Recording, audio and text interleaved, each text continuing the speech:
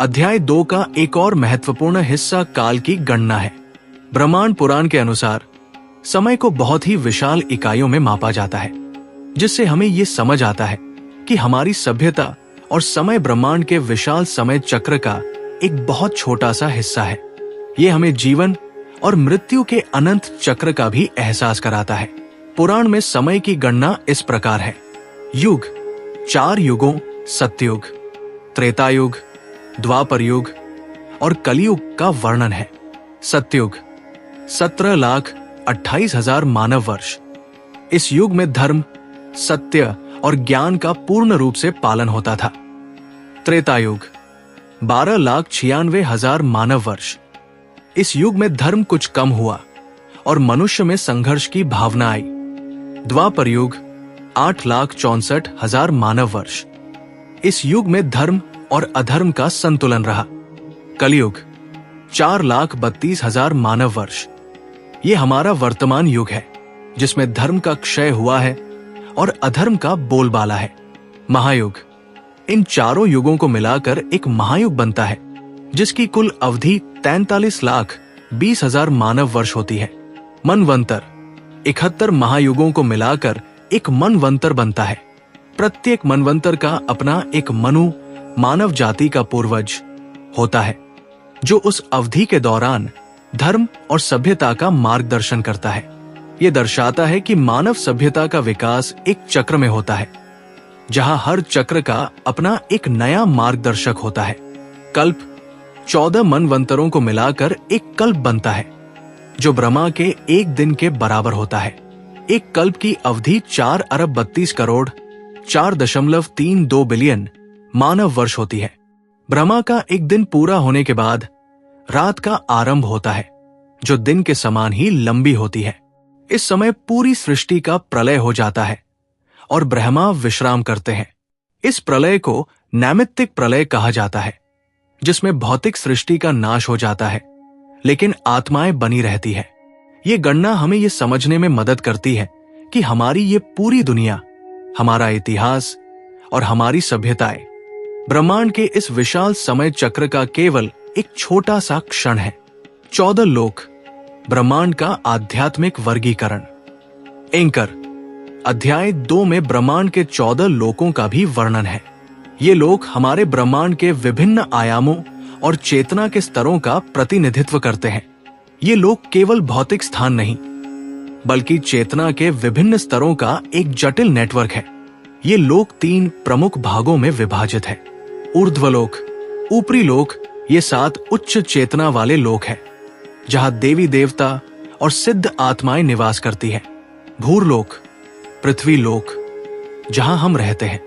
भूवरलोक, अंतरिक्ष, जहां वायु, बादल और सौरमंडल के ग्रह मौजूद हैं। स्वर्गलोक, देवताओं का निवास। महारलोक, जहां ऋषिमुनि और पवित्र आत्माएं निवास करती हैं। जनलोक, जहां ब्रह्मा के पुत्र निवास करते हैं। तपोलोक, जहां अत्यंत पवित्र और तपस्वी आत्माएं रहती हैं। सत्यलोक, सबसे ऊपरी लोक, जहां ब्रह्मा निवास करते हैं। मध्यलोक, ये पृथ्वी और उसके आसपास के ग्रह शामिल हैं। अधोलोक, निचले लोक, ये 7 पाताल लोक हैं, जहां नाग, असुर और अन्य प्राणी रहते हैं। अतल, वितल, सुतल, तलातल, महातल, रसातल, पाताल। इन 14 लोकों की अवधारणा हमें बताती है कि ब्रह्मांड केवल एक भौतिक स्थान नहीं है, बल्कि चेतना के विभिन्न स्तरों का एक जटिल नेटवर्क है। हर लोक का अपना एक उद्देश्य और अपनी एक ऊर्जा है। ये हमें ये भी सिखाता है कि हर जीव अपने कर्मों के अनुसार इन लोकों में यात्रा करता है। तो दोस्तों, ब्रह्मांड पुराण हमें सृष्टि के विस्तार, काल की विशालता और लोकों की जटिलता का दर्शन कराता है। ये हमें ये समझने में मदद करता है कि हम एक बड़े और सुनियोजित ब्रह्मांड का हिस्सा है। ये ज्ञान हमें केवल हमारी उत्पत्ति ही नहीं बताता, बल्कि हमारे अस्तित्व के उद्देश्य को भी समझाता है। युगों का धर्म और सृष्टि का अंत। हमने ब्रह्मांड पुराण के दूसरे अध्याय की शुरुआत की थी, जहां हमने ब्रह्मा की मानस सृष्टि, पंचमहाभूतों के निर्माण और काल की विशाल गणना को समझा था। आज हम इस ज्ञान को और आगे बढ़ाएंगे और इसी अध्याय के दूसरे भाग में प्रवेश करेंगे। ये भाग हमें न केवल समय के बदलते चक्र को समझाएगा, बल्कि ये भी बताएगा कि हर युग में धर्म और नैतिकता का स्वरूप कैसे बदलता है। ये एक ऐसा दर्शन है जो हमें हमारे वर्तमान युग की चुनौतियों और जीवन के सही उद्देश्य को समझने में मदद करता है। ये अध्याय का ये भाग मुख्य रूप से 3 महत्वपूर्ण विषयों पर केंद्रित है। विभिन्न युगों के धर्म और उनके नियम, सतयुग से कलयुग तक नैतिकता और जीवन के मूल्यों में कैसे परिवर्तन आया, सृष्टि का लय, प्रलय कैसे इस विशाल ब्रह्मांड का एक दिन अंत होता है और ये पुनः अपने मूल रूप में लौट आता है। मनुओं की भूमिका, प्रत्येक मनवंतर में मनु कैसे मानव जाति का मार्गदर्शन करते हैं और धर्म को स्थापित करते हैं। ये ज्ञान हमें यह समझाता है कि सृष्टि केवल एक भौतिक प्रक्रिया नहीं है, बल्कि एक नैतिक और आध्यात्मिक यात्रा है, जिसमें हर जीव अपने कर्मों और धर्म के अनुसार आगे बढ़ता है। युगों का धर्म, सतयुग से कलयुग तक की यात्रा। महर्षि सूत आगे ऋषियों को युगों के धर्म का विस्तृत वर्णन देते हैं। पुराण बताता है कि समय केवल भौतिक रूप से ही नहीं बदलता, बल्कि उसके साथ ही धर्म, नैतिकता और जीवन के मूल्य भी बदलते हैं। हर युग की अपनी एक विशेषता होती है जो मनुष्य के स्वभाव और उसके कर्मों को प्रभावित करती है। ये परिवर्तन धीरे धीरे होता है, जैसे जैसे मनुष्य की चेतना कम होती जाती है और भौतिकता बढ़ती जाती है। सतयुग, कृतयुग, ये पहला और सबसे पवित्र युग है। इस युग में धर्म अपने 4 स्तंभों तप, शौच, दया और सत्य पर पूरी तरह से स्थापित था। मनुष्य का स्वभाव, इस युग में मनुष्य दीर्घायु थे। उनकी आयु लगभग 1 लाख वर्ष होती थी। वे अत्यंत ज्ञानी, सात्विक और तपस्वी होते थे। उनकी चेतना इतनी उन्नत थी कि वे सीधे ब्रह्मा का ध्यान करते थे और उन्हें किसी भी बाहरी कर्मकांड की आवश्यकता नहीं थी। समाज और व्यवस्था, सतयुग में समाज पूरी तरह से न्यायपूर्ण था। वहां न तो कोई राजा था और न कोई दंड विधान, क्योंकि हर व्यक्ति स्वयं ही धर्म का पालन करता था। वर्ण व्यवस्था जन्म पर आधारित नहीं, बल्कि कर्म और गुणों पर आधारित थी। लोग अपनी स्वाभाविक प्रकृति के अनुसार अपने कर्तव्यों का पालन करते थे। सभी प्राणी एक दूसरे के प्रति सद्भाव और प्रेम रखते थे। धर्म का स्वरूप, इस युग में धर्म का पालन स्वाभाविक रूप से होता था। मनुष्य बिना किसी स्वार्थ के केवल अपनी प्रकृति के अनुसार जीवन जीते थे। उनके लिए तपस्या ही सबसे बड़ा धर्म था। त्रेता युग, ये वो युग है जब धर्म का एक स्तंभ कम हो गया। इस युग में धर्म, सत्य और न्याय का एक चौथाई हिस्सा क्षीण हो गया। मनुष्य का स्वभाव, इस युग में मनुष्य की आयु कम होकर लगभग 10,000 वर्ष हो गई। मनुष्य में अहंकार और संघर्ष की भावना आ गई। राम और रावण का संघर्ष इसी युग में हुआ, जो धर्म और अधर्म के बीच की लड़ाई का प्रतीक था। समाज और व्यवस्था, इस युग में वर्ण व्यवस्था जन्म पर आधारित होने लगी और राजाओं का उदय हुआ। लोग अपने अपने कर्तव्यों से विचलित होने लगे, जिसके कारण समाज में व्यवस्था बनाए रखने के लिए नियमों और दंड की आवश्यकता पड़ी। धर्म को बनाए रखने के लिए बाहरी नियमों और राजा के शासन की जरूरत पड़ी। धर्म का स्वरूप, इस युग में यज्ञ और कर्म कांडों का महत्व बढ़ गया। लोग धर्म का पालन करने और अपने पापों को धोने के लिए यज्ञ करते थे, जिसमें पशुओं की बलि भी दी जाती थी। कर्मकांड पर अधिक जोर दिया जाने लगा, जिससे धर्म का स्वरूप बाहरी हो गया। द्वापर युग, इस युग में धर्म के 2 स्तंभ शेष रह गए। सत्य और धर्म का आधा हिस्सा क्षीण हो गया। मनुष्य का स्वभाव, मनुष्य की आयु और कम होकर लगभग 1000 वर्ष हो गई। समाज और व्यवस्था, इस युग में छलकपट और असत्य का बोलबाला होने लगा। महाभारत जैसा महान युद्ध इसी युग में हुआ, जो धर्म और अधर्म के बीच का संघर्ष था। इस युग में धर्म का ज्ञान और पालन बहुत कठिन हो गया। धर्म का स्वरूप, इस युग में पूजा पाठ और मूर्ति पूजा का महत्व बढ़ गया। लोग भगवान को प्रसन्न करने के लिए विभिन्न अनुष्ठान करते थे, क्योंकि वे स्वयं को सीधा ईश्वर से जोड़ने में असमर्थ महसूस करने लगे थे। कलयुग, ये हमारा वर्तमान युग है, जहां धर्म केवल एक ही स्तंभ पर खड़ा है, मनुष्य का स्वभाव। इस युग में मनुष्य की आयु अत्यंत कम होकर 100 वर्ष हो गई है। लोगों में लालच, वासना, क्रोध और द्वेष का बोलबाला है। समाज और व्यवस्था, ये युग कलह, द्वेष और असत्य से भरा है। मनुष्य धन और भौतिक सुखों के पीछे भागता है और नैतिक मूल्यों को भूल जाता है। धर्म का स्वरूप, इस युग में धर्म का पालन बहुत कठिन है। धर्म केवल दिखावा बनकर रह गया है। हालांकि ब्रह्मांड पुराण ये भी बताता है कि कलयुग में मोक्ष प्राप्त करना सबसे आसान है, क्योंकि केवल भगवान के नाम का जप और भजन ही मोक्ष का साधन है।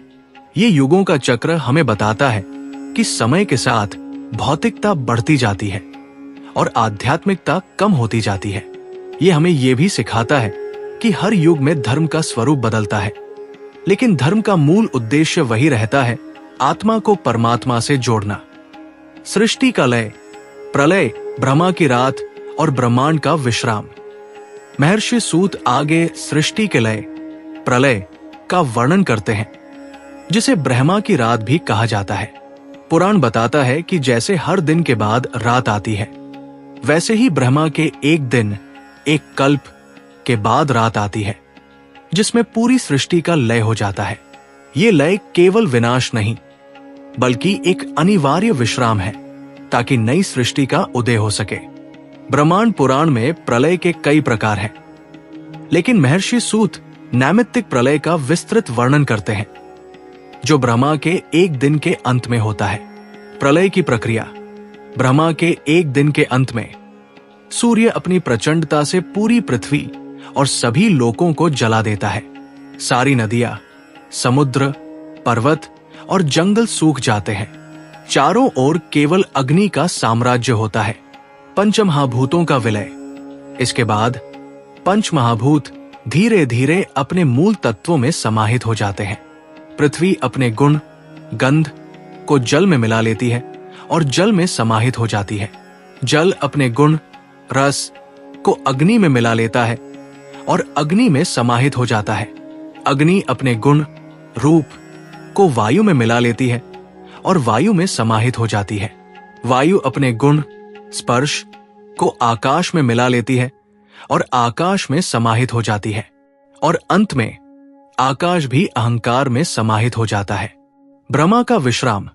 जब सभी भौतिक तत्वों का लय हो जाता है, तो ब्रह्मा विश्राम करते हैं। यह प्रलय केवल भौतिक सृष्टि का होता है, आत्माओं का नहीं।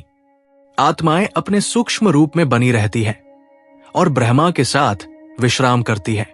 जब ब्रह्मा जागते हैं, तो नई सृष्टि का चक्र फिर से शुरू होता है। यह प्रक्रिया हमें बताती है कि जो कुछ भी बनता है, उसका अंत भी निश्चित है।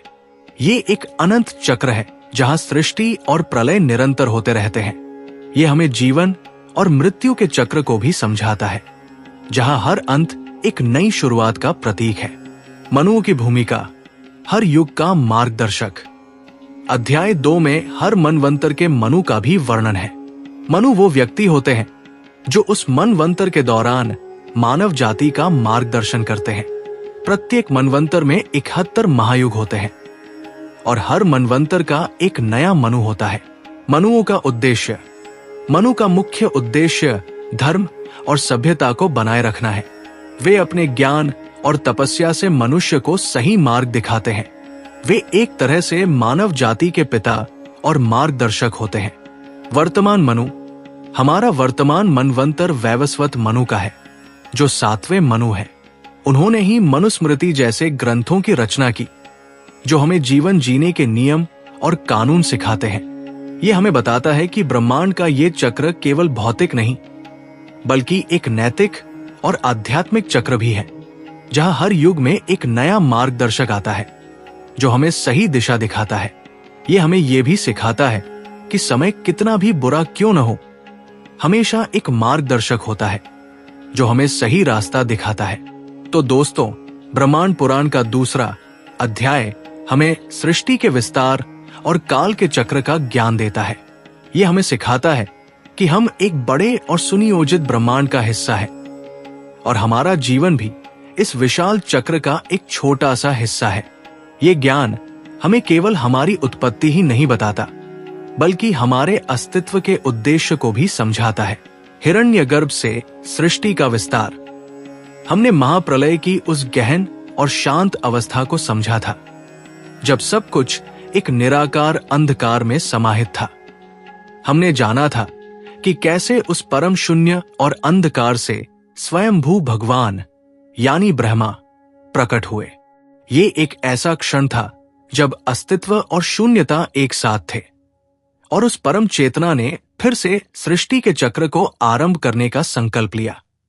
अब हम इस यात्रा को आगे बढ़ाते हैं और उस सबसे महत्वपूर्ण और रहस्यमय क्षण को समझते हैं, जब उस निराकार से इस विशाल और सजीव सृष्टि का निर्माण हुआ।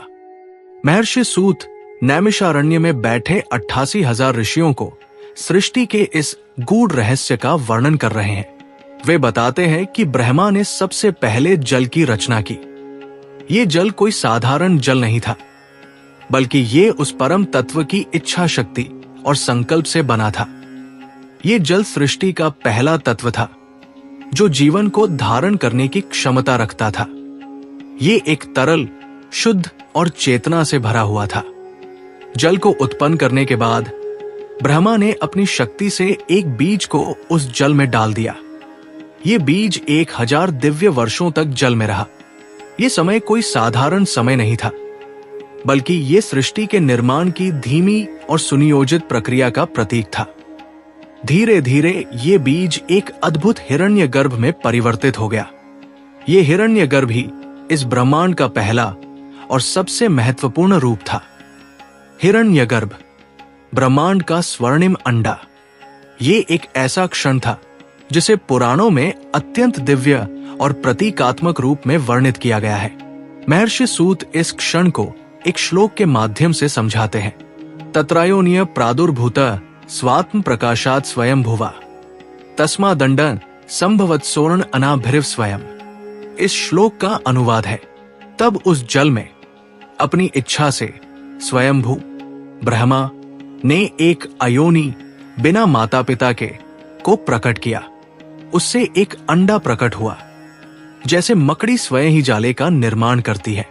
ये श्लोक सृष्टि के उस गहन और रहस्यमय क्षण को दर्शाता है जब ब्रह्मा ने अपने भीतर से ही हिरण्यगर्भ यानी ब्रह्मांडीय अंडे की रचना की। हिरण्यगर्भ का शाब्दिक अर्थ है स्वर्णिम गर्भ। यह प्रतीक है कि इस ब्रह्मांड का जन्म किसी अंधकारमय या निष्प्रभ स्रोत से नहीं, बल्कि एक स्वर्णिम, चेतन और दिव्य स्रोत से हुआ है। यह हिरण्यगर्भ ही इस ब्रह्मांड का प्रारंभिक स्वरूप था, जिसके भीतर सभी लोकों, सभी प्राणियों और सभी तत्वों का बीज समाहित था। ये इस बात का भी प्रतीक है कि सृष्टि का कारण कोई बाहरी शक्ति नहीं,